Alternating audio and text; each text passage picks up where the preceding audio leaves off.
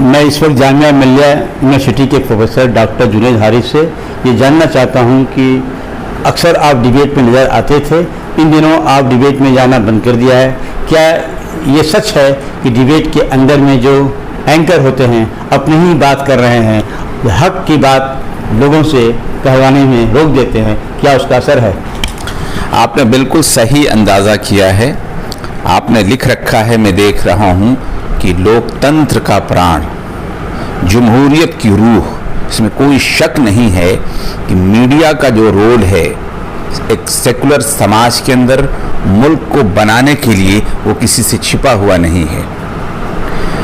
जाहिर सी बात है कि 1947 में जब हमारा मुल्क आज़ाद हुआ और धर्मनिरपेक्ष समाज की बुनियाद पड़ी, जहां हर धर्म को इज्जत, हर कम्युनिटी को इज्जत के साथ एक साथ चलने की का जो अप्रोच अख्तियार किया गया है, अगर वो नफ़रतों का शिकार होने लगे और उस नफ़रत के अंदर मीडिया जिसका रोल था कि इसे संविधान के तहत ख़त्म करने की कोशिश करे, उसे बढ़ावा देने की कोशिश करे, तो ऐसी सूरत में सोचने की ज़रूरत होती है कि जब हम मीडिया के अंदर जा रहे हैं तो हम समाज बांटने वाले हो रहे हैं या समाज जोड़ने वाले।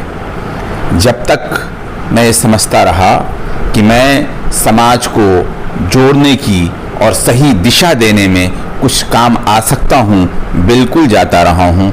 लेकिन जब लगा कि अब इतनी भी आवाज़ सुनने को एंकर तैयार नहीं हो पाते हैं, कि सही बात को समझना नहीं चाहते हैं, एक तरह से कह सकते हैं कि गैर जानिबदार जो मीडिया का रोल होना चाहिए उस पर कायम नहीं रह पाते हैं, एक सोच विशेष या व्यक्ति विशेष के लिए काम कर रहे होते हैं, तो ऐसी सूरत में मैं समझता हूँ कि नहीं जाना बेहतर है। हाँ, जहाँ अपनी बात रखने का मौका मिले और मुल्क को सही दिशा देने में अपना रोल हो सके, ऐसी जगह पर अभी भी जाता हूँ, चाहे वो कोई भी जगह हो, जहाँ पर जाकर के ऐसा लगता है कि समाज को हम जोड़ने का काम कर रहे हैं, तोड़ने का नहीं, नफ़रत के ख़िलाफ़ हम बात कर सकते हैं, तो ऐसी जगह पर हम जाते ही हैं। समाज को आईना दिखाना मीडिया का काम है, लेकिन उस आईने पर धूल डालने का काम करे मीडिया, ये बहुत अफसोसनाक पहलू है। हकीकत ये है कि काश मीडिया अपने सही रोल में आए ताकि मुल्क और समाज दोनों बेहतर हो सके। आप 1857 में बहादुर शाह जफर के अगुवाई में आज़ादी की लड़ाई लड़ी गई और उसी को बदनाम किया जाता है, तो क्या?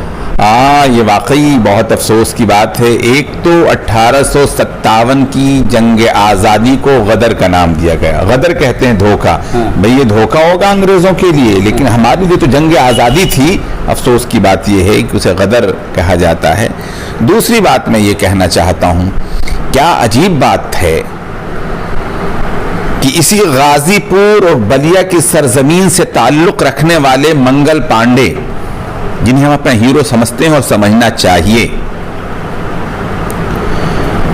ने इसके खिलाफ आवाज उठाई, लेकिन जिसके अंडर में उठाई, जिसकी सरपरस्ती को कबूल किया, जिसे बादशाह के तौर पर कबूल करके अंग्रेजों के खिलाफ उठ खड़ा होने के लिए पूरी तरह से आमादा किया और उसके अंडर में रह करके लड़ाई लड़ी, यानी बहादुर शाह जफर, उन मुग़लों के हवाले को से कहा जाए कि हम उनके ज़माने में ग़ुलामी में थे। ये किस तरह की रवायत को हम आगे बढ़ाने की कोशिश कर रहे हैं? ये कौन सा अप्रोच है?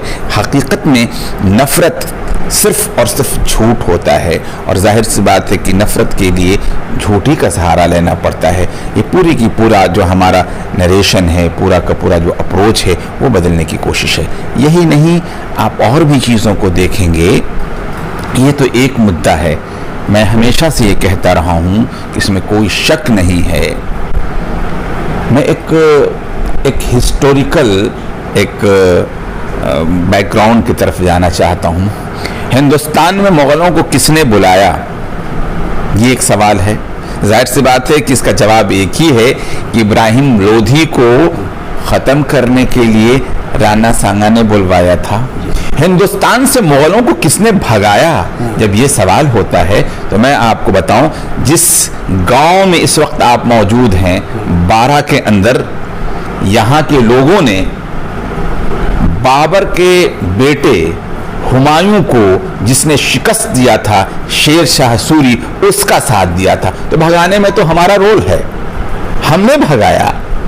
और अफसोस की बात तो यह है कि आज हमें बाबर के निस्बत से गाली दे करके और तरह तरह के इल्जामात लगाए जाते हैं। देखिए, पहले की लड़ाइयाँ सत्ता के लिए लड़ाइयाँ थी, चाहे वो मुस्लिम बादशाह हो, चाहे वो हिंदू राजा हो, सत्ता की लड़ाइयाँ हुआ करती थी। सब एक, कोई इसके साथ शामिल है, कोई उसके साथ शामिल है। आप देखेंगे शिवाजी के साथ मुसलमान शामिल हैं, आप देखेंगे कि अकबर के साथ हिंदू शामिल हैं, आप देखेंगे महाराणा प्रताप के साथ जो है मुसलमान शामिल। सत्ता की लड़ाइयाँ हो रही थी, उसको हिंदू मुस्लिम का रंग देना और उसको गुलामी का पीरियड कहना, ये बहुत अफसोसनाक बात है। ये भूलना नहीं चाहिए कि हिंदुस्तान का मौजूदा स्वरूप अगर किसी ने दिया है तो वो मुगलों ने दिया है, और इसके अलावा बहुत कुछ मुगलों का रोल है, ये हमें भूलना नहीं चाहिए।